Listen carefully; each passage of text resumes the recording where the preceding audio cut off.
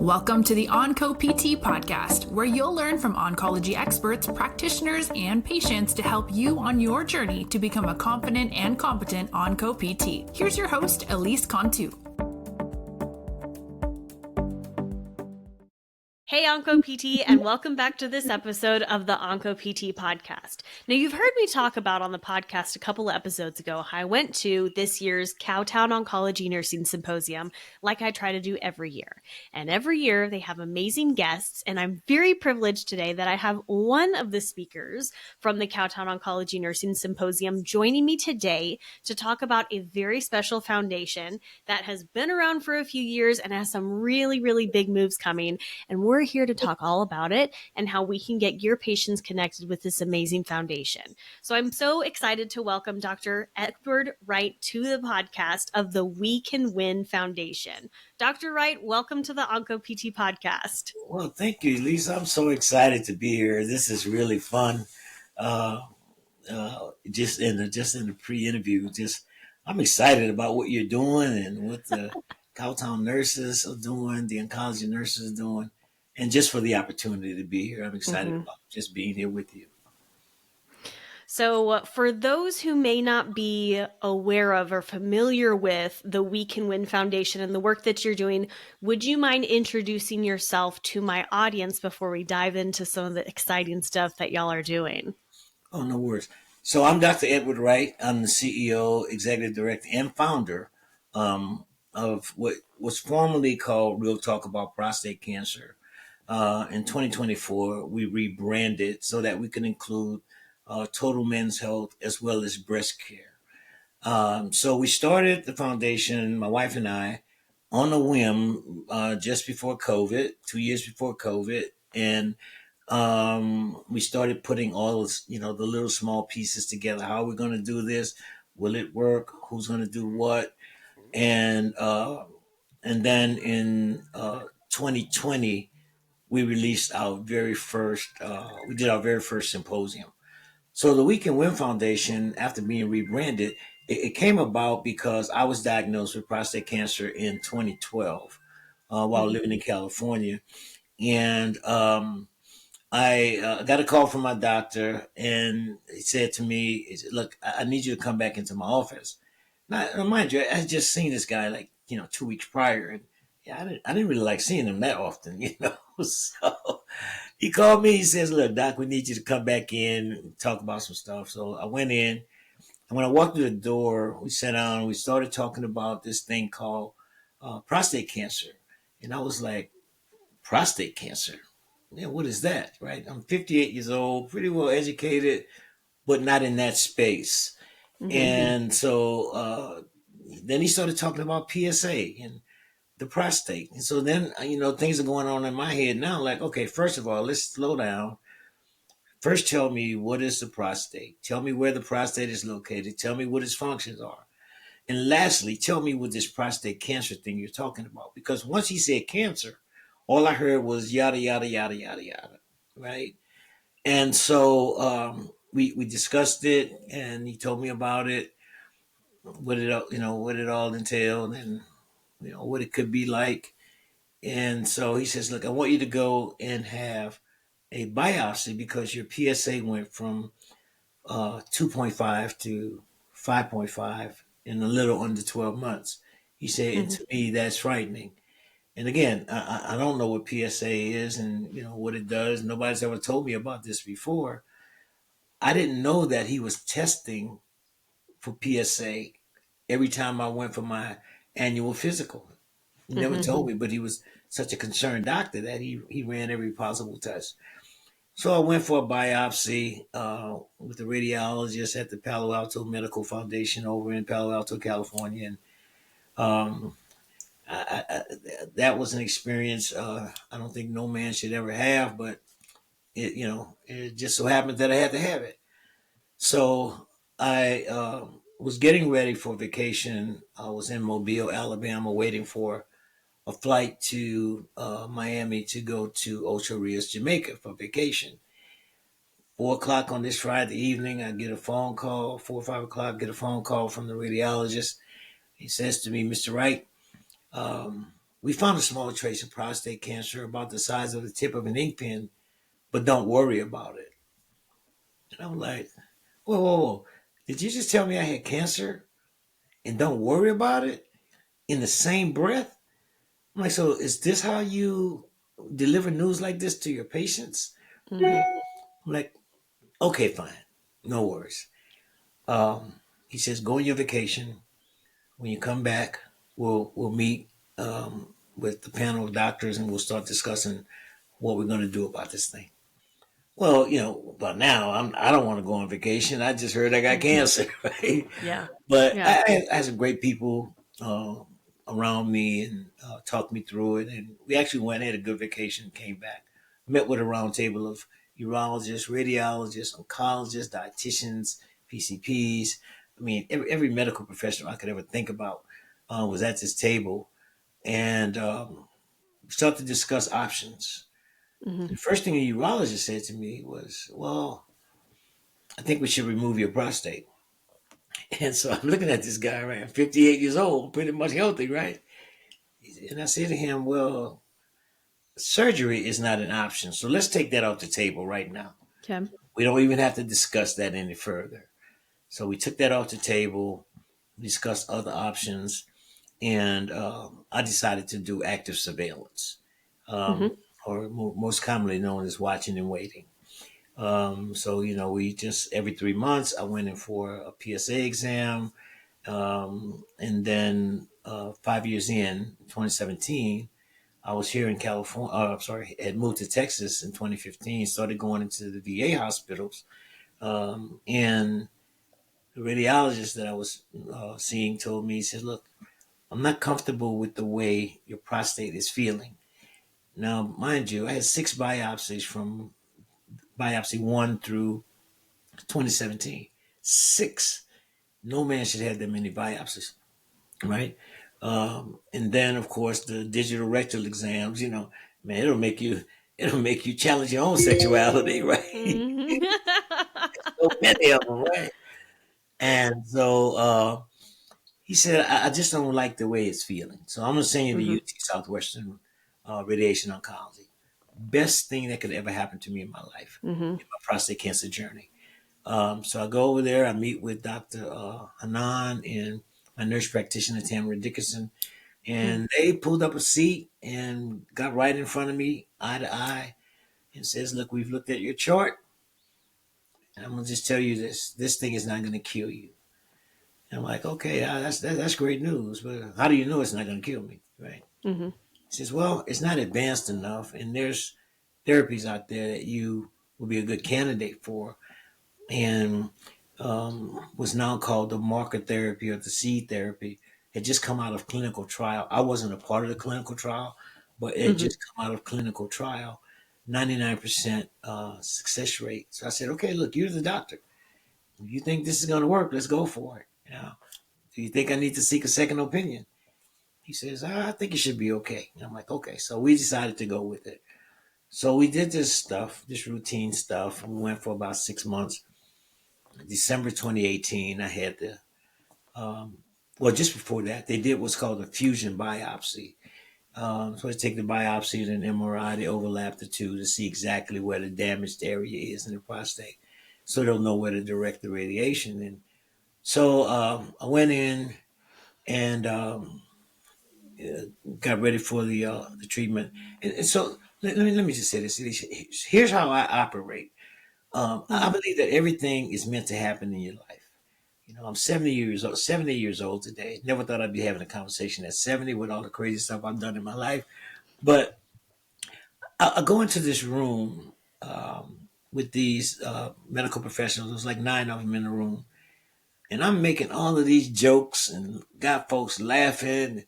And the doctor says to me, Mr. Wright, if we had more people come into this room with a positive attitude like yours, it'll make our job a whole lot easier. I said, Doctor, look, 1 or 2 things going to happen.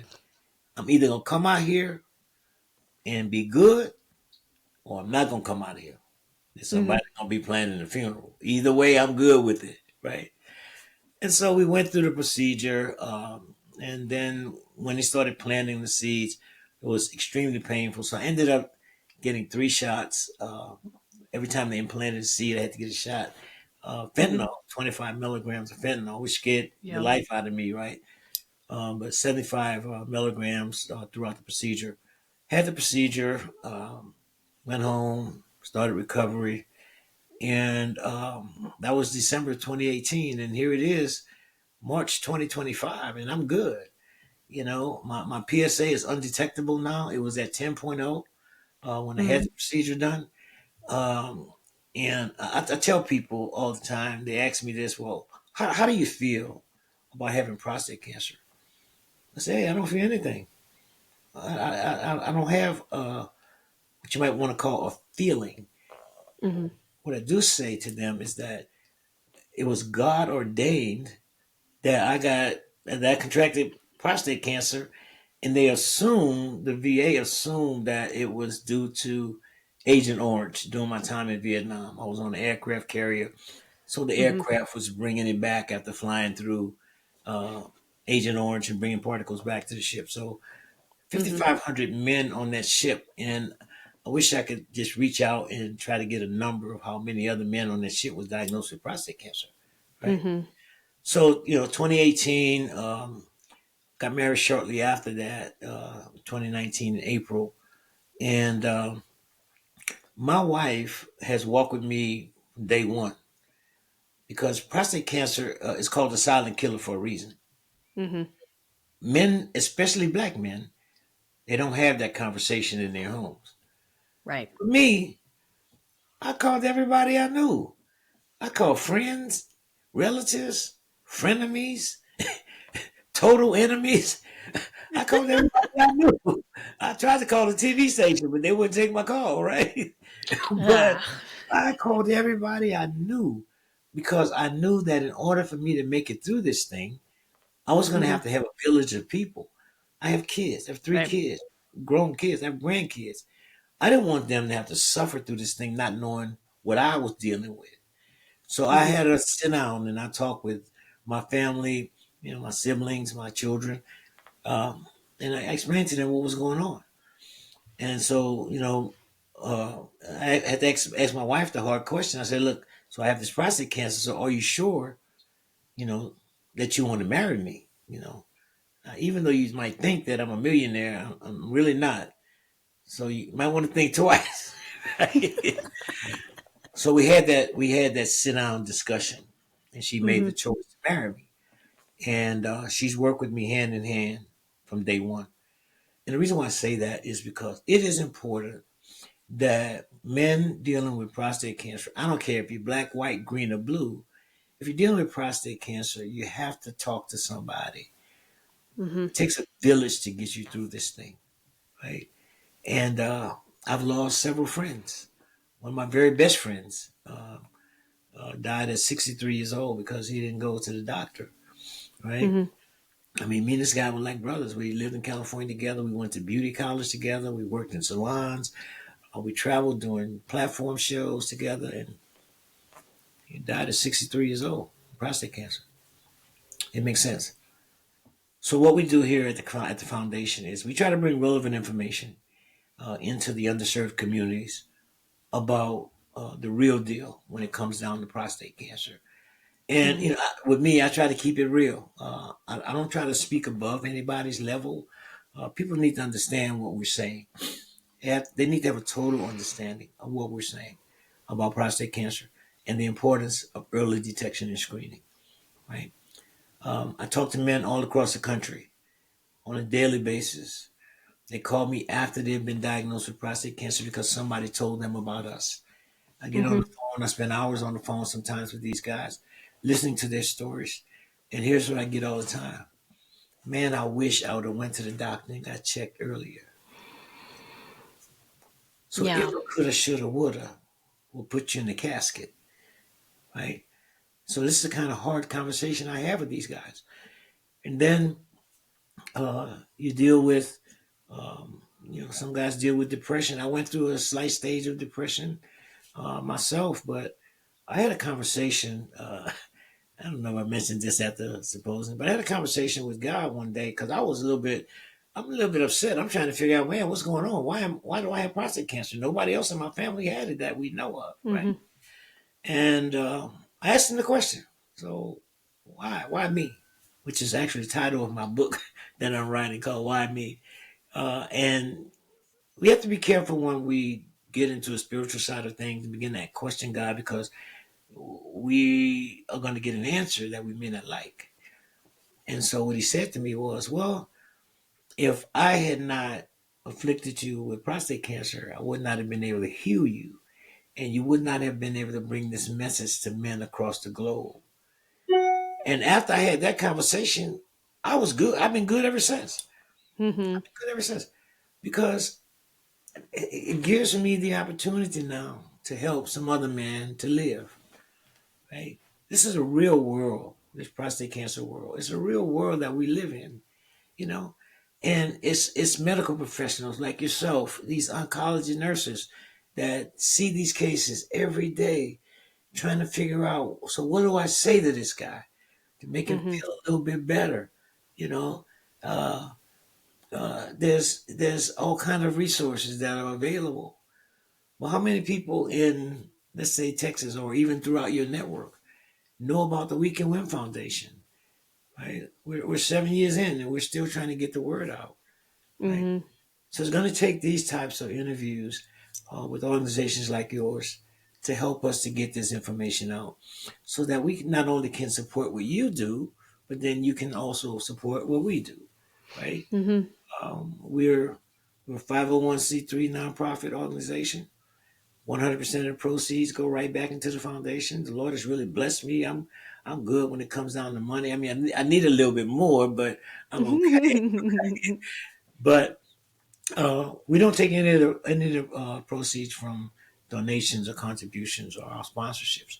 All that money goes back into the foundation to help us to build. So, you know, that's who we are. That's what the Yeah. foundation does.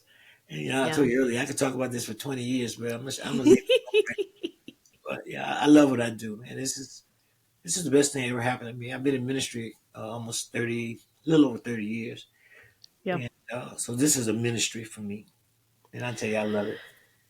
I think you really hit the nail on the head. And that was one of the things that I really appreciated from hearing you speak both at the Cowtown and also hearing more of your story again today, is how much of this there is such a gap currently in when a person is diagnosed with prostate cancer and with cancer in general, but we're talking about prostate cancer today. There's this, I'm sure, this I wish I would have blah blah blah blah, insert any number of things. And now it's well, now what? Now what that I have this diagnosis, and I feel like prostate cancer, for the individuals that I've worked with previously who were diagnosed with prostate cancer, a lot of them, maybe their family knew that they were diagnosed, but it wasn't a topic of conversation. Like, it wasn't something that they talked about, with their spouses or even with their children or their other support networks. It was kind of something that they held close to their chest. And I think that does a real disservice to that person who is dealing with prostate cancer. And so through the We Can Win Foundation, you're starting to have these conversations and having these conversations with lots of people who need this information, who need these kinds of conversations to happen. So what kind of, I know you said you spend a lot of time on the phone with people who have prostate cancer. What are some of the other services that the We Can Win Foundation provides to the community? Okay, so we provide resources, educational material that we get from some of our sponsors, and we also have the ability to send these. If we can't offer what they need, there's resources that we can connect them to. For instance, Zero Prostate Cancer has a million resources on their website. And so we can send them over to that website. The American Cancer Society has several different resources that we can use to refer these people to. Also, we talked earlier. We're excited that we're going to be launching our support group coming up here April 10th. And now I was really excited about starting the We Can Win Foundation. But I am way more excited about starting this support group. It's called Together We Win. Because in this space, no one can do this alone, right? But together we can win. We can talk about this. We can have these hard discussions. Man, I'm having issues in the bedroom. My bedroom manner has changed since I had prostate surgery. I don't know how to explain this to my wife. My wife is looking at me side eyed, like, what's the problem? You don't want to be bothered with me, but it's not that. It's that men don't want to have that conversation. Right? That's why prostate cancer is called the silent killer, because men don't want to talk about it. So we encourage them. It's important to talk about this thing, right? So we find resources. We find support groups in your area. We provide you, we'll mail you out literature. We have our annual symposium every year. So there's a lot of stuff that we can offer, but the person has got to be willing to make the first call. Now, let me just say this about first call. We will normally not make the first call. And there's a reason for that. The reason why we don't make the first call is because we don't want to infringe on somebody's privacy. Of course. Right? So we ask that they call us first. And once they call us, now we got the ball rolling. I have literally sat on the phone 2 hours talking to men. 80-year-old guy in Arkansas just had his prostate removed. I think that was insane. It was unethical. That doctor should not have removed that 80-year-old man's prostate. There were other options. This man now is so depressed. This was a relatively healthy 80-year-old. I mean, he has a ranch. He drove around his ranch on the little vehicle and rounded up his cattle and, had a good relationship with his family. Now the guy is in such deep depression. He said it to me, man, I just want to die now. Like, oh, you don't want to die. You don't want to die. Let's get you through this thing, right? He says, I understand, but every time I stand up, I wet on myself. So can you imagine how that feels for a man, right? So it's stories like this. A 58-year-old guy out of Detroit, Michigan, removed his prostate. His bedroom manner changed. He didn't know how to explain it to his wife. It caused a problem. So prostate cancer causes other issues outside of the medical side of it. It's the psychological side of it that we also have to deal with, right? And I'm sure in your space, you guys not only deal with the medical side of cancers, the psychological part of it. Is this thing going to kill me? Am I going to live my life every day thinking that I'm going to die? No, we don't allow you to think like that in my space. You have to have a positive outlook on your life, right? And in order to do that, you have to have the conversation. Right. It really does start with that conversation. Otherwise, and I'm sure you encounter this, as you've mentioned a few stories already, how I had a patient that I saw this morning, different diagnosis, but still very much, we were talking about it's always now in the back of this person's mind of when is the cancer going to come back and how do I live my life with that information? And, that's something that person is thinking about all the time. Maybe not always top of mind, but that is a thought that is always somewhere lurking inside of their brain. And unless this person, unless a person with cancer or who has had cancer is talking about this, it kind of stays lurking in the back of their mind. And that's no place to be. That's no way to live, especially, by yourself in that capacity. So I really admire that the We Can Win Foundation is having these conversations to bring some of these hard and maybe uncomfortable conversations to light. We've talked a bit about, the sexual dysfunction that individuals can face after prostate cancer.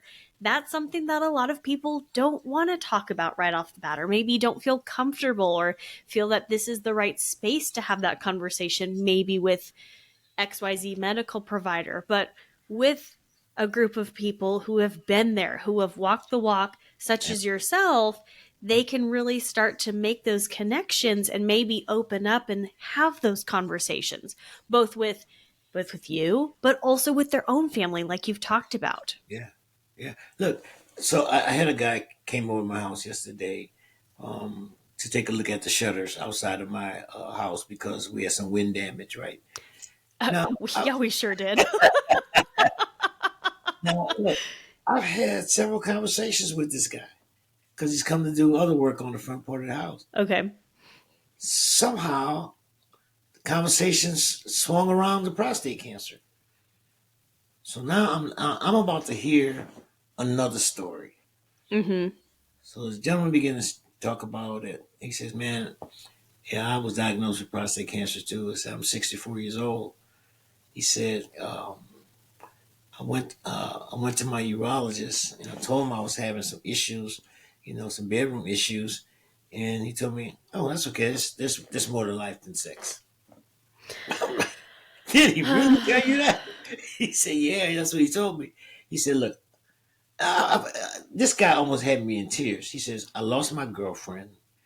I haven't had sexual functions in years, and Mm-hmm. now I just live my life alone." And I'm like, "Look, let me give you some stuff." So we started talking. I showed him a book that a friend of mine wrote. We started talking about different treatment options for erectile dysfunction and stuff like that. Mm-hmm. And so when I started telling him about the things that are available, uh, outside of the pill, a lot of people don't want to take the pill because of the side effects. But penile Mm-hmm. implants, pumps, injections, and stuff. I got to talk to him about this, and this guy was like, "I ain't never heard of this before. Why didn't this urologist have that conversation with him?" Right. You see what I'm saying? These guys get paid a lot of money, and Mm-hmm. they work for us. We're the customer, right? They Mm-hmm. work for us. But here's a guy that told this patient there's other things outside of sex. Yeah. Well, yeah, I mean, maybe it might work for you. But here's a guy that's in his early 60s, right? And so after the conversation, you could almost see the joy on his face that Yeah. he had that conversation and just found out. He said, "So when is your event?" So I got to telling him. He says, "Do I have to buy a ticket?" I said, "No. When you get there, just look for me. You know, tell him you're my special guest, and I'm gonna put you in touch with some people that's gonna help you. I Mm-hmm. guarantee you, if this guy shows up, Elise, he's going to leave that symposium with a whole new outlook on life." Absolutely. See? Absolutely. Yeah. So it's crazy. It's a crazy space. It's a crazy space, but it's going to take medical professionals like your organizations, people that are related to your organizations, foundations like mine that don't mind addressing the real truth. Because once we Mm-hmm. start making this about money, then we lose the full effect on what we do. Mm-hmm. And that, I told my board, I told my wife, I don't ever want this foundation to be about money. Now, absolutely, it takes money to run an organization like this, Right. right? And it takes quite a bit of money to run an organization like this. But I don't ever want this organization to be about money. I want this organization to be about helping people, men, women, children coming up need to understand that they may fall victim to one of these diseases. I have a niece just celebrated 13 years as a breast cancer survivor. Woke up one Monday morning, she felt a lump in her breast. It was Mm-hmm. hurting, so they rushed her to the doctor.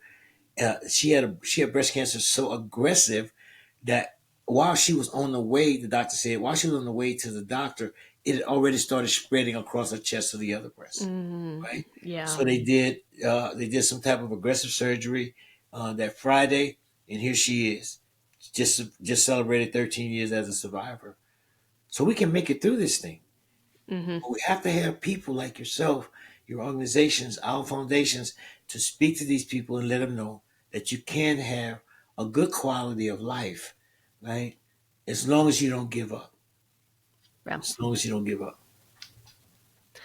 For the physical therapist who's listening to our conversation today, where can they find more information about the We Can Win Foundation? How can they get their own patients connected with the foundation? All right, great question. So there's several ways to reach out to us. Our website is our main focus of communication, and that's at www.wecanwinpc. That's P as in Peter, C as in cat, .org. So it's www.wecanwinpc.org. There's a great deal of resources and information. You'll see interviews that I've done. You'll see television interviews, magazine interviews on that website. Also, you can send us an email to wcwfoundation@wecanwinpc.org, and we normally will get back to new email requests in about 48 hours. And then if you want to just talk, you can reach out by phone, 972-816-9588. We're not going to get real personal with you, just first name maybe, but unless you want to share other information. But that's a good way to get in touch with us if you want to talk. Now, I stopped taking calls past 10 o'clock. I had to. Because it was getting to be a little bit too emotional.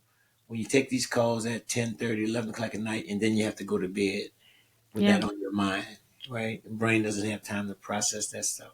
So the website, the email, you can subscribe to our newsletter on our website. We're in a transition to move the website over to another platform, but it's fully functional. You can find on our events page. I'm not sure if our graphic artist has put the flyer up on our events page yet, but she's in the process of doing that. So that'll be there. If you want to find out more about the event and you can't find information, you can just send me an email. I'll shoot you the flyer. There's a registration link. There's a donation link on one flyer. There's a registration link on the other flyer through QR codes. Because the event is free, but everybody has to register. We're going to serve a continental breakfast and lunch, right? That event is going to be powerful. Oh my God, I get excited just thinking about it. But that will be another great way to connect with us. The Together We Win Symposium 2025 is going to be on May 3rd from 10 to 4, and we're extremely proud that we just forced to deal with the city of DeSoto. So they are now our partners for the next 3 years. Nice. And will provide us with the venue for the event. So this year is going to be at the DeSoto Senior Center, which is at, I think it's 204 Lion Street in DeSoto. And the next year is going to be at the DeSoto Civic Center. So we're excited about that. Nice. Proud partners are going to be there. And we have an award ceremony that we do. We do 2 CEO awards. We do 2 what we call the Pink Diamond Award that's given to breast cancer survivors. And then we do a Survivor Caregiver Award that goes to a prostate cancer survivor and their caregiver. Look, it is going to be an exciting time. The mayor's going to be there. The city manager is going to be there. We're going to have a great big 5th anniversary cake. Nice. So we're doing it up big time this year. You ought to come. You ought to come. Tell your colleagues to come on down and let's get together in fellowship. And before we hit record, you talked about how it's go big or go home. And I feel like this is the perfect bow on top of that. I was looking at the flyer earlier and it is going to be really, really cool. So this is the in-person event, the Together We Can Win Symposium, happening here in DeSoto, Texas, Saturday, May 3rd, 2025 from 10 a.m. to 4 p.m. And I will link to that in the show notes as well, especially for those of us who have patients local or nearby. That would be a great resource. And then can we talk a little bit more about the support group that is launching next month and how listeners can get their patients connected with that support group that is launching too? Listen, this is the most exciting thing I think I've ever done in my life.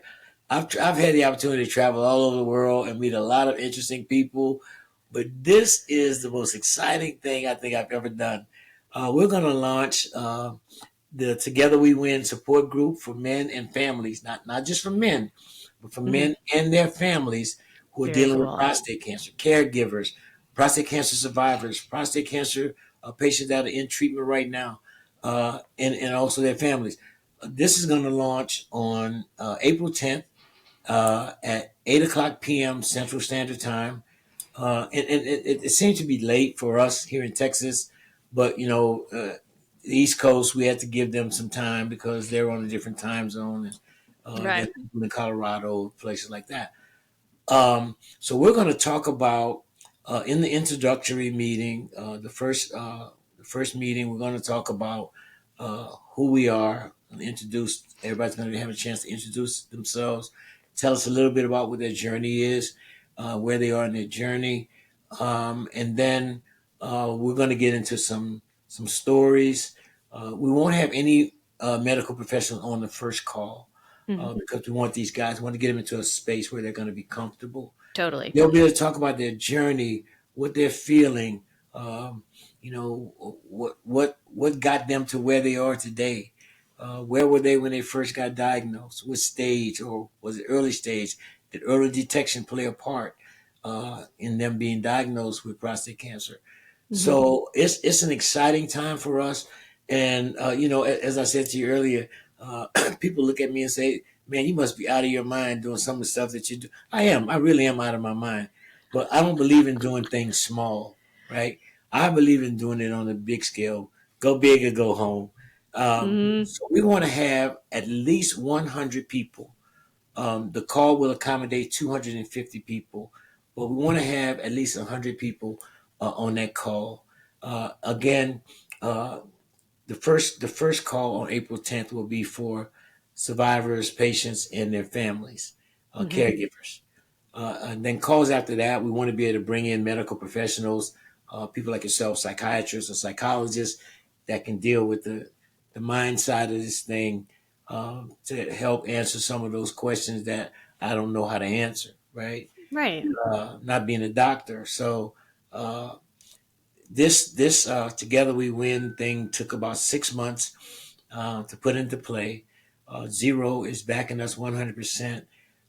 Blue Earth Diagnostics out of Massachusetts. It's going to be one of the sponsors for the support group. So we're excited about it. We're excited about it. Again, I mean, it takes money to make these things happen. So even on our website, there's a tab on our website called Give a Gift, and listeners can go to that tab and click on that tab and make a donation. Once the site has been moved, um, they'll be able to go on and make monthly contributions. So that's where we're leading into with moving this platform over. So I'm excited, man. I Very tell you, cool. I'm excited. Yeah. That is so exciting. And would you mind sharing the website name one more time so people can go and find that after they're done listening to this episode? Yeah, we can win PC.org. We can win Fantastic. PC.org. If you type in "we can win," it should pop up in the top 10 Google searches. Yep.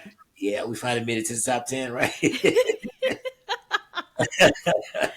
But look, let me say this in all seriousness. Um, Being an African American man in a space like this was challenging. A lot of people said to me, "Man, don't do that. Don't get in that space. You're not gonna work. It's not gonna work. People are not gonna listen to you." And I'm like, okay, they're not gonna listen to me. Okay, that's good. I don't want them to listen to me. I want them to hear me. Mhm. I don't have to listen. I just want them to hear me. And 7 years later, here we are. Right? We are fully branded, as you can see. We're fully branded. We have merch that is going to be going up in our store pretty soon. I don't know. I don't know where this thing is going to go, Elise. Wherever it goes, I'm excited about it. Great. But Together We Win support group, that's going to be the big baby. And then in June, I think June is the timeline. we're going to launch the breast cancer support group. Very cool. So we're Very doing cool. some exciting stuff over here. Go big or go home, right? We go home. That's right. Oh my gosh. Well, Dr. Edward Wright, thank you so much for coming on the podcast today to talk about this. We will be linking, of course, the We Can Win Foundation website, but also the support group. Again, that is launching this April 10th, which is really exciting. We will link to that information, and we will also link to the in-person event, the We Can Win Foundation Symposium that's happening here locally in DeSoto, Texas on May 3rd. May 3rd. Mm-hmm. May 3rd. Perfect. So I'll make sure to link to that so you can find that information.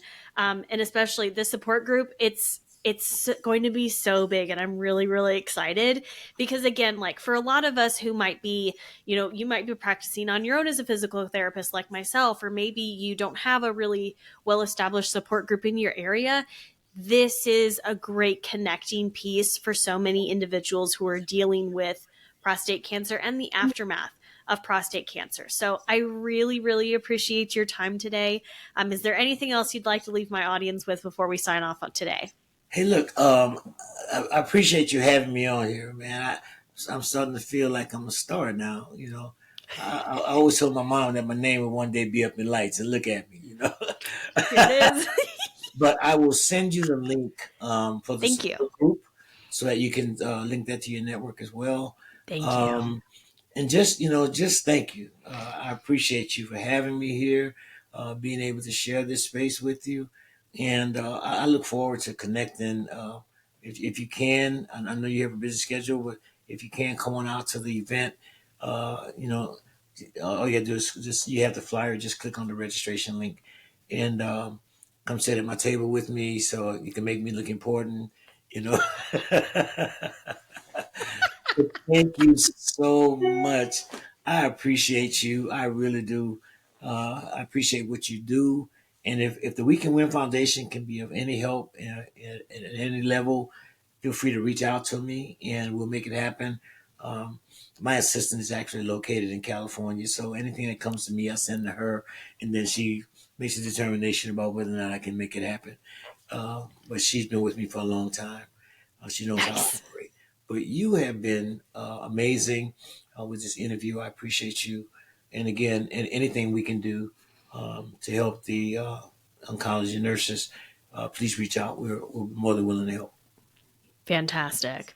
Well, thank you so much again, Dr. Edward Wright. I really appreciate your time. One more time, the We Can Win Foundation is launching their prostate cancer support group coming up very shortly, April 10th. We want to get as many patients connected with this amazing resource as possible, and all the information will be linked in the show notes as well. So make sure to share that with your own networks, dear listener. And until next time, this is Elise with the OncoPT. And remember, you are exactly the physical therapist that your patients with cancer need. So let's get to work. Thank you so much for listening to this episode of the OncoPT Podcast. If you'd like to help support the podcast, please share it with others, leave a rating and review, or support us on Patreon.